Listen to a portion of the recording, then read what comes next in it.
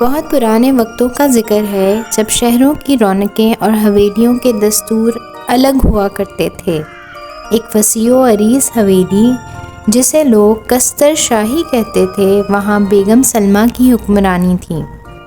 بیگم سلمیٰ کوئی عام عورت نہیں تھی، وہ اس ریاست کے بڑے نواب کی بیوہ تھیں اور اپنی خاندانی روب، دولت اور شان و شوکت پر بے حد ناز کرتی تھیں۔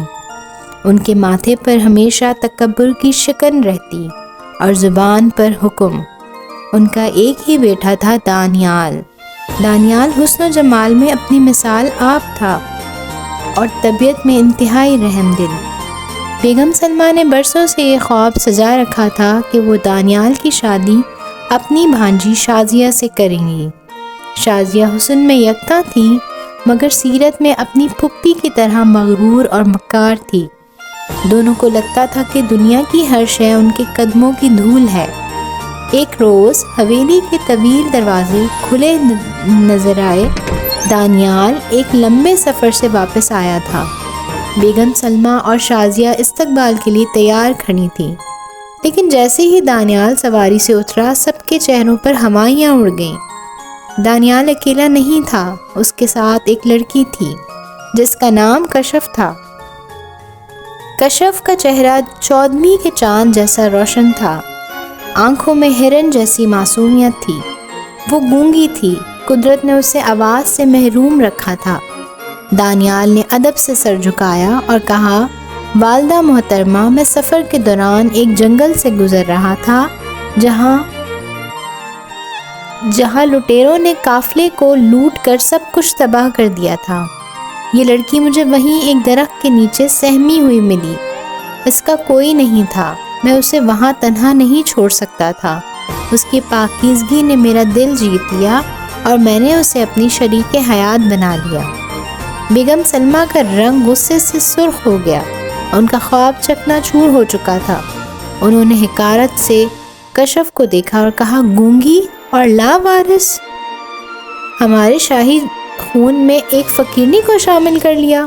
اسی لمحے حویلی کے در و دیوار گواہ بن گئے کہ اب اس خاموش لڑکی کی زندگی کانٹوں کے بیچ بننے والی ہے۔ شادی کے اگلے ہی دن کشف کو بہو کا درجہ دینے کے بجائے حویلی کی خادمہ بنا دیا گیا۔ تم نے مجھ سے میرا دانیال چھینا ہے، میں تمہیں برباد کر دوں گی۔ کشف کی زندگی صبح کے اجالے سے رات کے اندھیرے تک مشقت میں گزرتی۔ وہ حویلی کے وسیع صحن دھوتی، بھاری فانوس صاف کرتی اور شاہی باورچی خانے میں کھانے پکاتی۔ ایک دن بیگم سلمیٰ نے شہر کے معززین کی دعوت کی۔ حکم ہوا کہ شاہی فرنی صرف کشف بنائے گی۔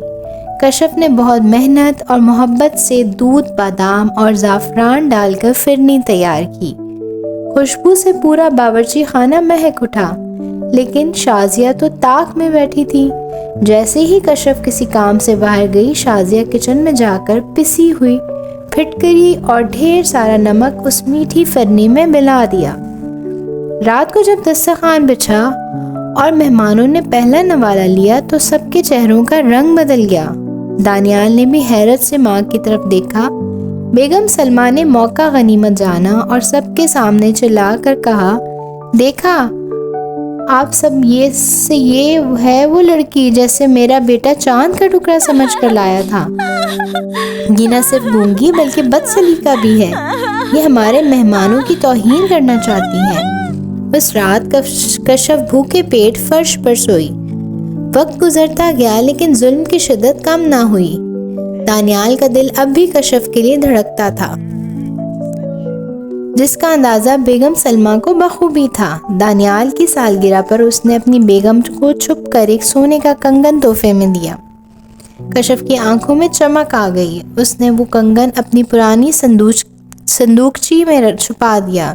شازیہ نے یہ سب دیکھ لیا تھا۔ اس نے ایک خطرناک منصوبہ بنایا۔ رات کے پہر جب سب سو رہے تھے، شازیہ نے وہ کنگن چرایا اور اس نے اسے کشف کے کمرے میں موجود چاولوں کی بوری میں دبا دیا۔ اگلی صبح حویلی میں کوہرام مچ گیا۔ شازیہ روتی ہوئی آئی اور بولی، پھپھو جان، میرا وہ خاندانی کنگن نہیں مل رہا ہے جو آپ نے مجھے دیا تھا۔ مجھے یقین ہے اسی گونگی لڑکی نے چرایا ہے، تاکہ آپ نے کسی قریب رشتہ دار کو دے سکے۔ تلاشی کا حکم دیا گیا۔ ملازموں نے کشف کا کمرہ چھان مارا۔ آخر کار چاولوں کی بوری سے وہ کنگن برآمد ہوا۔ دانیال کا سر جھک گیا۔ اسے لگا کہ کشف نے اس کے اعتماد کا خون کیا ہے۔ شازیہ کی اس چال نے دانیال کو پتہ ہی نہیں لگنے دیا کہ یہ وہی کنگن ہے جو دانیال نے کشف کو دیا تھا۔ دانیال نے ٹوٹی ہوئی آواز میں کہا، کشف میں تم پر ظلم برداشت کر سکتا تھا، لیکن چوری تم نے میری نظروں سے خود کو گرا دیا۔ کشف چیخنا چاہتی تھی کہ یہ جھوٹ ہے، مگر آواز نے ساتھ نہیں دیا۔ بیگم سلمہ نے فیصلہ صادر کر دیا کہ اس چور کو ابھی اسی وقت میری حویلی سے نکالا جائے۔ دانیال نے ماں کے حکم کے آگے سر تسلیم خم کیا، جو کہ اس کی سب سے بڑی غلطی تھی۔ اس کے کشف کا بازو پکڑا اور اسے حویلی کے بڑے دروازے تک لے آیا۔